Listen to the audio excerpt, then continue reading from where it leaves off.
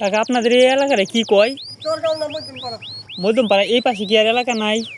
এই পাশে না। এই পাশে আর এলাকা নাই। আচ্ছা আপনাদের যে রাস্তা টাস্তা নাই, এটা লাগে সমস্যা হয় না চলতে?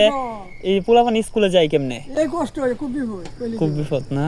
এমনিটা খারাপ। আমরা আসছিলাম একটা ডেলিভারি লইয়া পাকুন দিতে, বুঝছেন? কিছু বিরিয়ানি টিরিয়ানি অর্ডার আছে, এডি দিয়ে আসছি। এখন তো রাস্তা যে অবস্থা, আর এডি দিকে তো হ হ খুব বিপদ রাস্তা। হ্যাঁ হ্যাঁ, এটা বেরিবান না, এটা বেরিবান। এটা বেরিবান না? হ্যাঁ, এটা মির্জাপুর কাছে, এই হুসেনের কাছে।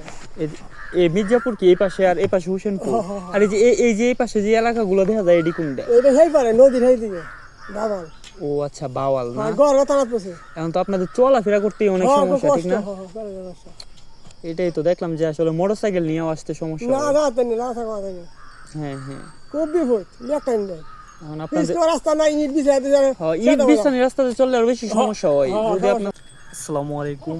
আজকে হচ্ছে একটা ডেলিভারি নিয়ে আসছিলাম, কি বলে এটারে, চরকামনা নতুন বাজার থেকে প্রায় আরো 4-5 কিলো ভিতরে, মানে পুরোটাই হচ্ছে যে এরকম মাটির রাস্তা।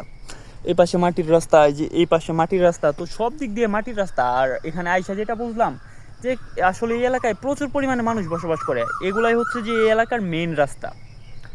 তো এদিক দিয়ে আসলে রাস্তাগুলোর জন্য খুবই সমস্যা হয়, কিন্তু আমরা কষ্ট করে হলেও মানে আমাদের সার্ভিসটা পৌঁছায় দিছি। কাস্টমার এখান থেকে অর্ডার করছিল কিছু জিনিস, আমরা সমগ্র বাজার সেটা মানে এখানে পৌঁছায় দিছি। রাস্তাঘাটের অবস্থা তো খুবই বাজে। এদিক দিয়ে দেখেন, এদিকে হাওড় এলাকা, আবার এই যে এই পাশেও হাওড় এলাকা। আর এটারে আমি যতটুকু জানতে পারছি, এটারে বলে হচ্ছে বেরিবাদ।